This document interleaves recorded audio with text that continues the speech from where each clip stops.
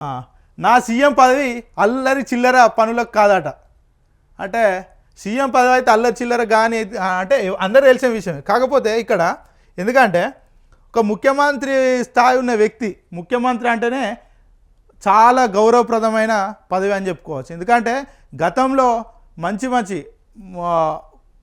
మంచి వ్యక్తులు సీఎం సీట్ని అలంకరించారు. ఈరోజు అలంకరించిన పెద్ద మనిషి మాటలు ఎట్లుంటాయంటే, ఇక 18 ఏళ్ళు నిండనోళ్ళు కొన్ని వీడియోలు చూడొద్దని చెప్తారు, 18 ఏళ్ళు నిండనోళ్ళు కొన్ని మాటలు వినొద్దని చెప్తారు. ఇక ముఖ్యమంత్రి సభ పెట్టినంటే కథం చిన్న పిల్లగాలే చెవులు ముయ్యాల్సిన పరిస్థితి. తొక్కుకుంటా పోతా, చీల్చి చెండాడుతా, లేకపోతే పేగులు తీసి మెడలు వేసుకుంటా, ఇక ఇట్లాంటి మాటలు. రేవంత్ రెడ్డి మాట్లాడే మాటలు ఎట్లుంటాయంటే ఇంకా ఇంకా డేంజర్గా మాట్లాడుతారు. ఆ మాటలు అయితే ఇక నేను చెప్పదలుచుకోలేదు. మీరు కూడా చాలాసార్లు విని ఉంటారు చాలామంది. ఇక మాటలు అయితే ఆ రకంగా ఉంటాయి. అట్లాంటి ఆయన అల్లరి చిల్లర కాదని చెప్తున్నాడు. ఇక చూడాలి. ఇక మంత్రులందరి సాక్షిగా నిధులు తెస్తా, ఏడాదికి 20,000 కోట్లు తీసుకొస్తా, ఎవరు అడ్డుకున్నా తొక్కుకుంటా నిధులు తెస్తా. నువ్వు నిధులు తెచ్చినప్పుడు ఎవరు అడ్డుకుంటారా? ఎవరు అడ్డుకుంటారు సార్? నువ్వు నిధులు తెచ్చినప్పుడు ఎవరు అడ్డుకోవాల్సిన అవసరం ఏముంటుంది? అందరు కావాలని అడిగేది అదే కదా. నువ్వు నిధులు తీసుకొచ్చి పెట్టుబడులు పెట్టించి రాష్ట్రాన్ని అభివృద్ధి చేయనే కోరుతున్నారు. నువ్వు నిధులు తీసుకురాకు, నువ్వు పేదలకు ఏం చేయకు, నువ్వు మధ్యతరగతి కుటుంబాలకు ఏం చేయకు, రైతులకు ఏం చేయకని ఎవరు అంటలేరు. అన్ని పెట్టుబడులు తీసుకురావాలి, నువ్వు పనులు చేయాలనే కోరుతున్నావు మేము కూడా. ఇక నా జిల్లాకు 5 ఏళ్లలో 1,00,000 కోట్లు తెచ్చుకుంటా. ఈసారి అవకాశం పోతే మళ్ళీ దొరకది. అభివృద్ధి జరగాలంటే రైతులు నష్టపోవాల్సిందే.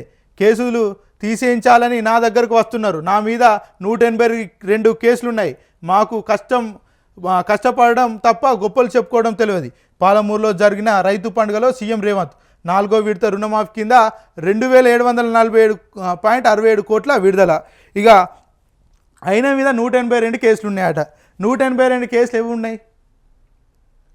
182 కేసులు వాస్తవంగా ఆ కేసులకు సంబంధించి తెలంగాణ ప్రజలందరూ కూడా ఆ వీడియో చూసారు. ఆ కేసులు ఏంటి, ఎందుకు ఏంటి జైలుకు ఏందనేది తెలుసు.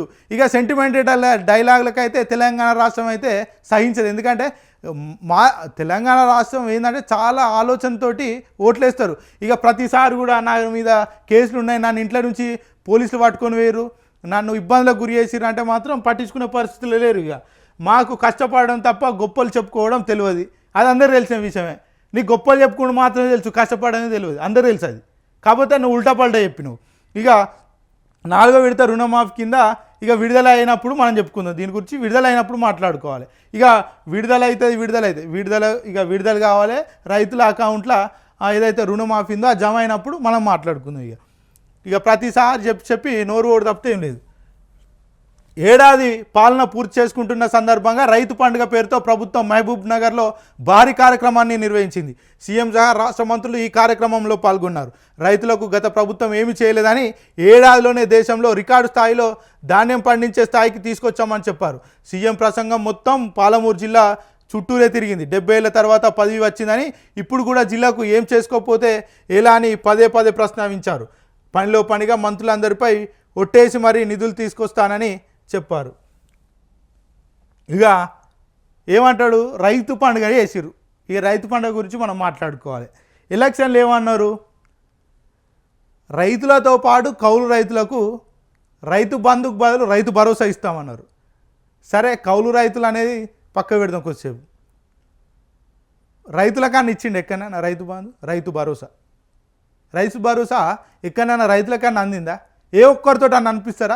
సీఎం సొంత గ్రామమైన కొండారెడ్డిపల్లెలో నన్ను ఒక్కరికన్నా ఇచ్చిరు అనిపిస్తారా? పోనీ వాళ్ళ కార్యకర్తలకన్నా ఒక్కరికన్నా నచ్చిందని అకౌంట్ తీసుకొచ్చి చూపెడతారా? సరే, ఆ ఒక్క అంశం పక్క పెడదాం.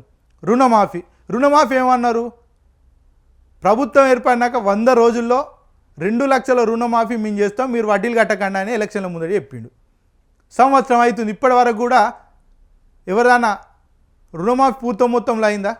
వడ్డీలు కట్టి పాపము వడ్డీలకు పైసలు తీసుకొచ్చి ఏదైతే 2 లక్షల మీద ఉన్నదో అది కట్టుకొని ఇప్పుడు ఆ వడ్డీలు కట్టలేక ఈ లోన్ మాఫీ కాక చచ్చిపోతున్నారు.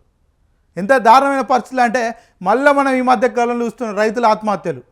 గత 10 ఏళ్ల కిందట ఉమ్మడి పాలనలో ఏదైతే రైతుల ఆత్మహత్యలు చూసినామో ఈరోజు మళ్ళీ అదే దుస్థితికి అయితే వచ్చింది.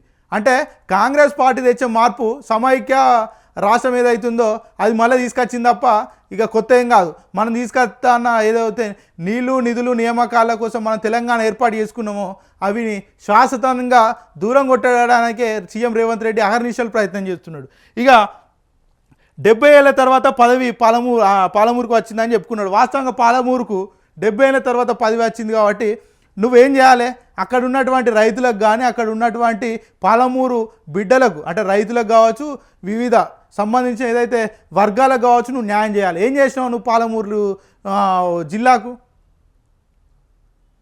పాలమూరు జిల్లాకు నీ వేసింది ఏంది? రైతులు అరిగోస పడుతున్నారు నీ పాలమూరు జిల్లాలో. మేము వేయినాం కదా, మా వైఆర్టీవీ వేయిన రోజు వైఆర్టీవీ పాలమూరుకు పోతే చెప్పుకొని ఏడుచున్నారు వాళ్ళు. మా పాలమూరు బిడ్డ అని మమ్మల్ని నిండా ముంచిండి అని చెప్తున్నారు.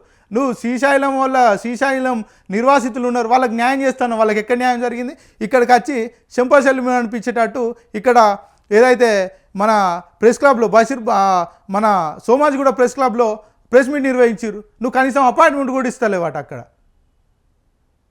కడుపులో పెట్టి చూసుకుంటా అన్నావు, నా పాలమూరు బిడ్డలను కడుపులో పెట్టి చూసుకుంటా అని చెప్పినావు. ఈరోజు అదే పాలమూరు బిడ్డలు కడుపు మండి హైదరాబాద్కి వచ్చి నీ మీద నీకు వ్యతిరేకంగా ప్రెస్ మీట్ పెట్టిరు.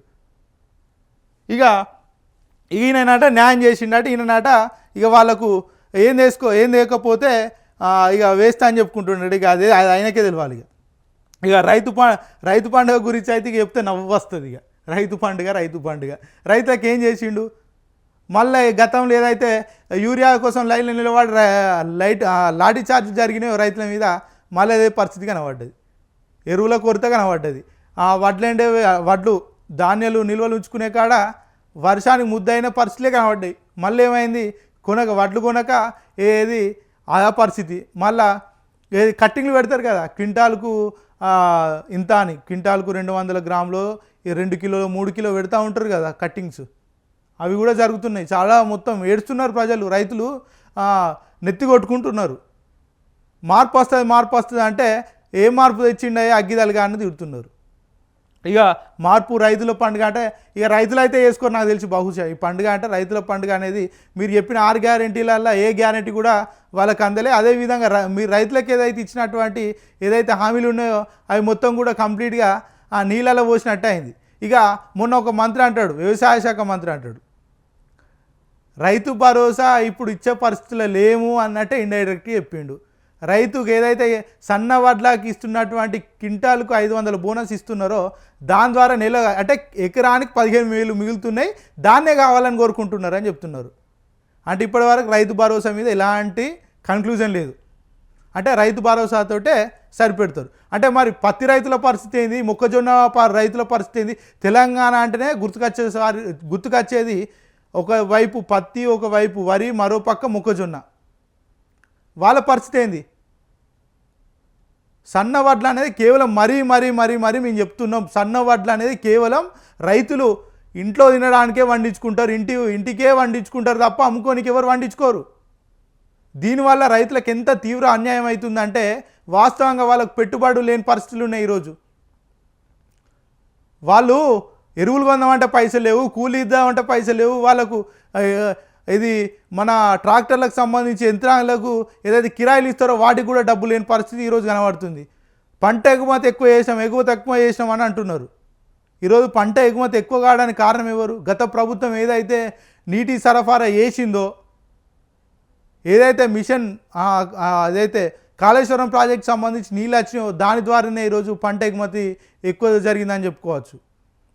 ఈరోజు మీరు చేసింది కొత్తగా ఏం లేదు, రైతులకు ముంచిర్రు, రైతులను నిలువున ముంచిర్రు, రైతులకు వేసింది అయితే ఏం లేదు. ఇక రైతు బంధుపై సర్కార్ కుట్ర, పెట్టుబడి సాయం ఆపితే ఊరుకోం, రైతులను ప్రభుత్వం మోసం చేస్తుంది, బోనస్తో ఎలా మేలు జరుగుతుంది, రైతులను దగా చేసి కాంగ్రెస్ పండుగ చేసుకుంటుంది, కాంగ్రెస్పై మాజీ మంత్రి హరీష్ రావు ఆగ్రహం. ఇక వాస్తవంగా ఏదైతే రైతులను ప్రభుత్వం మోసం చేస్తుందని చెప్పుకోవచ్చు. ఎందుకంటే రేవంత్ రెడ్డి రైతులలో పోయి రైతులతో ఒక 10 నిమిషాలు, అంతకుముందు పీసీసీ చీఫ్ ఉన్నప్పుడు పొలాల బాటెంబడి తిరిగి మీకు న్యాయం చేస్తా అని తిరిగిండో, ఈరోజు అదే పరిస్థితులలో తిరగాలి. ఎందుకు? చుట్టూ మొత్తం యంత్రాంగం ఉండడం, చుట్టూ మొత్తం బలగాలు ఉండడం, ప్రజలలో తిరిగి మరి రైతులలో తిరిగి మీకు ఎట్లాంటి అవస్థలు ఉన్నాయి, మేము ఏం చేస్తలేము, మేము ఏం చేస్తున్నాం, మాకు సమయం ఇవ్వండి అని అడగాలి కదా. కనీసం అడిగే అంత ముఖం కూడా లేదు రేవంత్ రెడ్డికి ఈరోజు.